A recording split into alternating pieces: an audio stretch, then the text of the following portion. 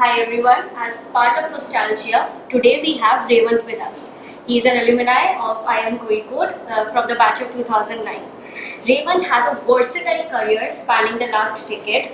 He spent 4 years in investment banking and then moved on to become an entrepreneur in residence at Revant Foods, where he was instrumental in building brands like Faasos and Faasos. Recently, he was a partner at K-Start, which is the seed fund of Kalari Capital. It's a pleasure having you here. Thank you. Thank you for having me here today. So, sir, post IIMK, after spending time in investment banking, what motivated you towards being an entrepreneur? So I think I had a typical CV. I had actually pre-MBA had worked in Oracle Financial Services, which was essentially a technology business catering to financial services firms. So the CV had a lot of interesting fin-heavy words. So my summers became Citibank, and so naturally finals became another banking firm. So largely that's how I ended up in banking, and I actually enjoyed the stint a lot. I think largely I covered consumer and retail in my banking stint of 4 years. At least that prompted me to have an interest in that sector. And honestly, after 4 years in banking, I realized that while advisory is pretty cool, you really don't understand the nitty-gritties of how a business gets built. And I think it was time for me to get some real-life experience on understanding how a business gets built. So that's largely the reason why I sought out some interesting role in an early stage startup, which is what Rebel Foods was. Then it was known as Faasos. It was about a year old. They had just raised about $1 million. And Jaideep was the founder and CEO, had sent this lovely email articulating how unstructured the role is going to be, which is what excited me the most. And that's how I honestly ended up, it was a whirlwind of a journey for me there. Fundraising is one of the toughest challenges in the startup ecosystem. So, what were the challenges that you faced while raising capital for Faasos? So, honestly, we were in a good sector. I think consumer sector has always had it a little easier than B2B in India. So, largely, I think the best thing we did was in our seed round, getting someone as marquee as Sequoia Capital was also helpful. And though I wouldn't say we've had it easy necessarily, but I think there were a lot of tailwinds that helped us, having a marquee investor, being in the right kind of space. And B2C in India has always been loved. But there were a few challenges on and off. I think business models that don't scale as fast always would struggle to raise a lot of VC money. So I believe we pivoted at the right times. We managed to articulate our story in a way which investors really understood. We could articulate our vision on what the business would become rather than focus on what it was at that point of time. I think that's a very critical aspect, right? We all live our lives on hope. Everyone makes substantial returns on the fact that what can be rather than what it is today. And I think articulating that vision through effective storytelling is something that is an absolutely critical aspect for fundraising.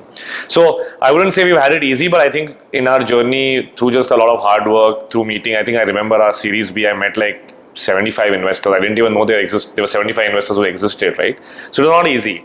But at least the more you do something, the more you realize, and if you're willing to learn, you actually get to the answer finally, right? So in some cases, I guess it was just serendipity and luck, but in some cases, I think it was just hard work and getting our story right for the future. So articulation of the vision is the key.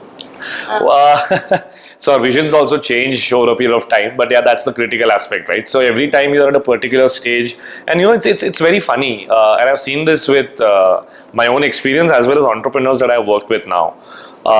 What you start off as the vision is not the end game. Usually after a year, 18 months, you look at what you've built, and suddenly you see new possibilities that can emerge, right? So the visions also evolve in that respect.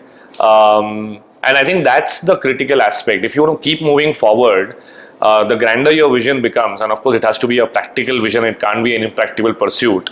And if you can articulate that well, then usually fundraising is something that you can crack well.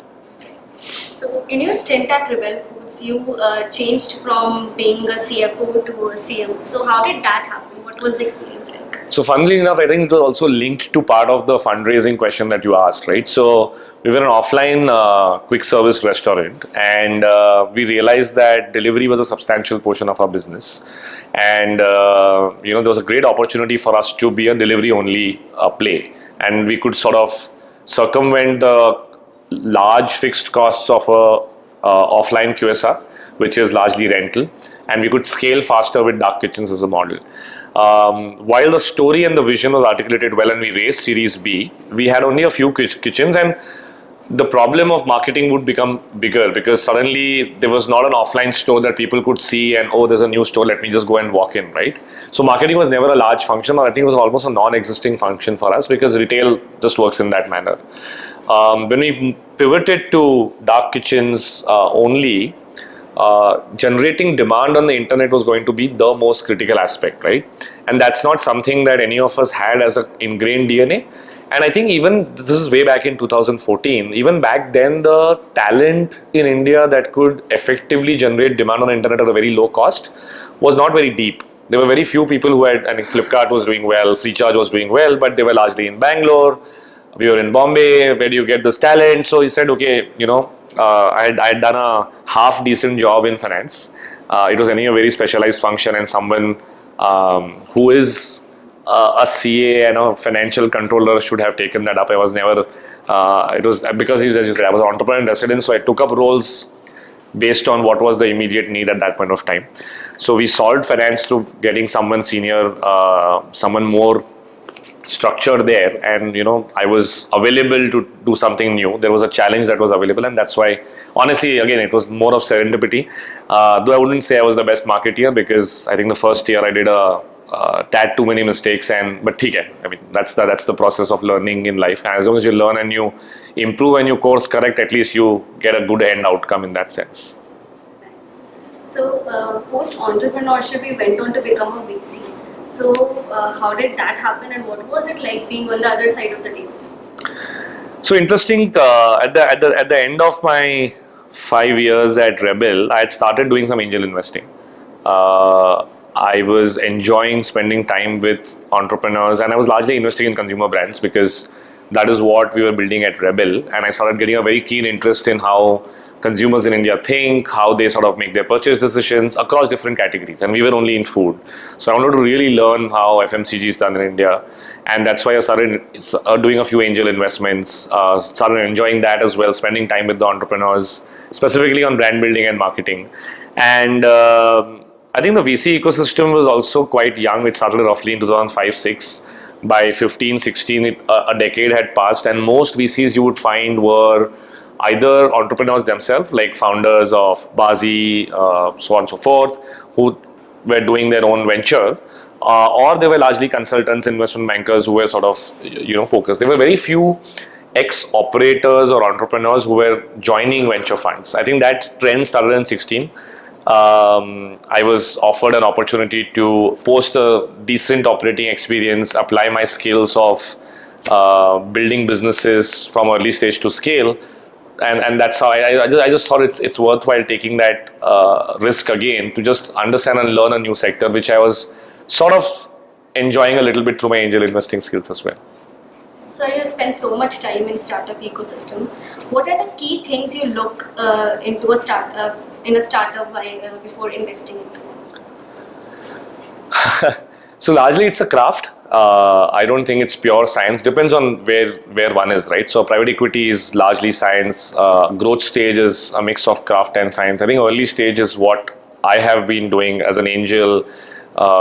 Case Start, which is largely a seed fund.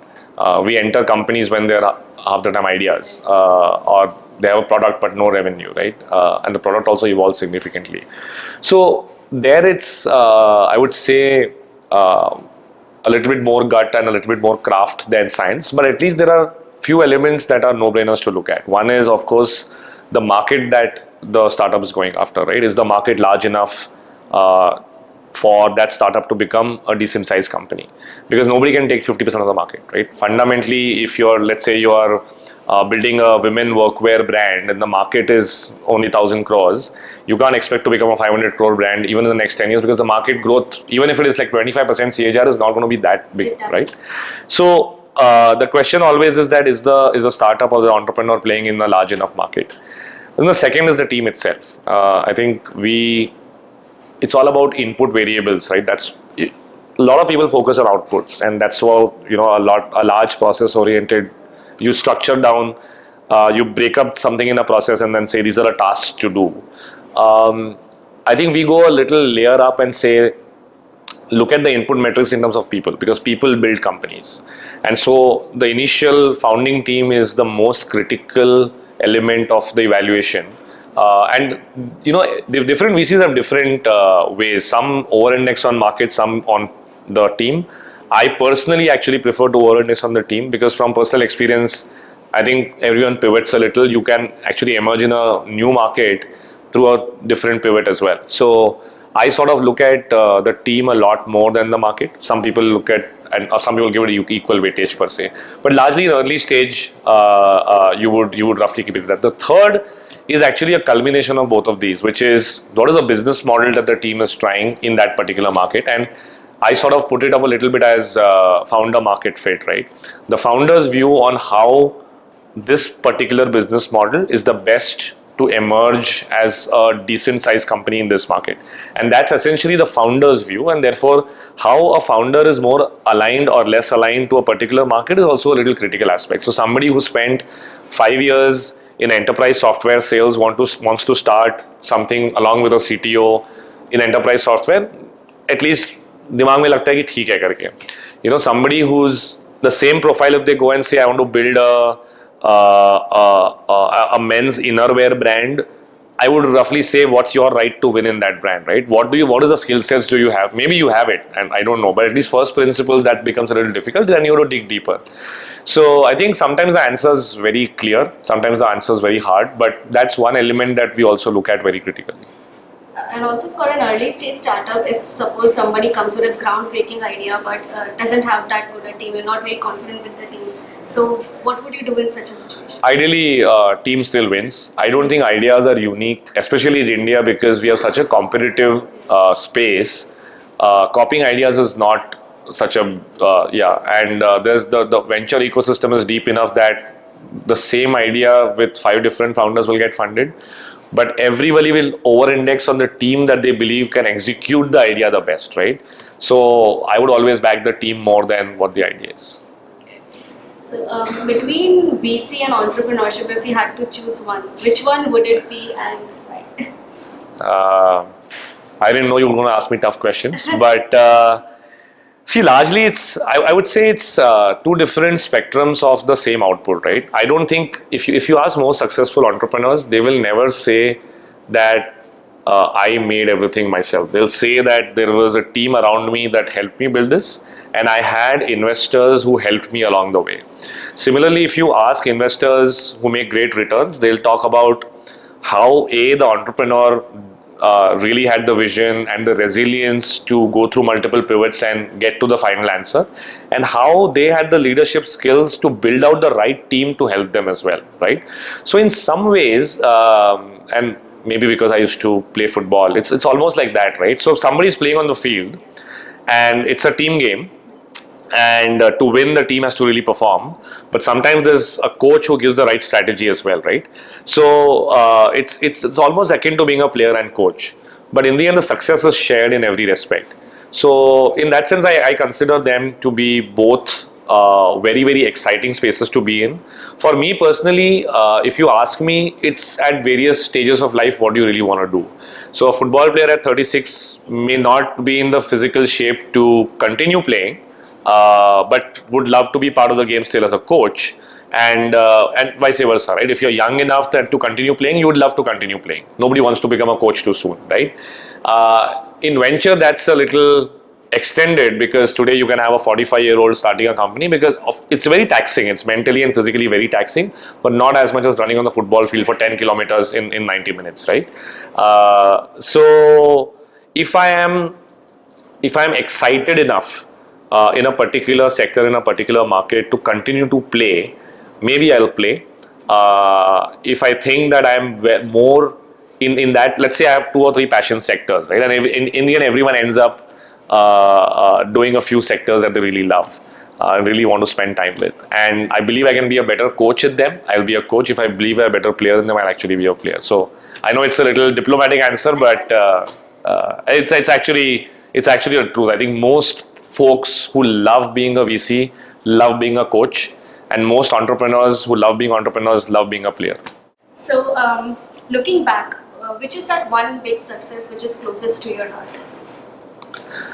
So usually, there are very different kind of successes that happen, I think, but the ones that happen, you can call them luck, serendipity, but ones that happen with the least amount of resources is something that really always remains close to your heart. And I think in 16, when we were contemplating building the second brand and actually going from one brand to a multi-brand platform, it was very critical that we prove the hypothesis, and we didn't, you can't risk a significant amount of resources here. It was an experiment, right? So the resources were low. It was almost like a fresh start. But I think conceptualizing and working with the team, creating what Behrouz Biryani is today, and the foundations for that were laid way back in 2016. In the 6 months that we really worked on how a new age biryani brand should get built is something that at least will last with me for some time till I maybe hopefully in the next 10 years, even with fewer resources, do something and maybe get an opportunity to do something even more exciting. So at least for now, that's something that remains close to my heart, and hopefully I can build out a few more things in the future. So it was a pleasure having you here, sir, and listening from you, and we're eagerly waiting to meet you at Stratosphere. Sure. No, I think it was, thank you for having me, and hopefully in the next couple of months, I'll have a lot more clarity on player versus coach. Thank you, sir. Thank you.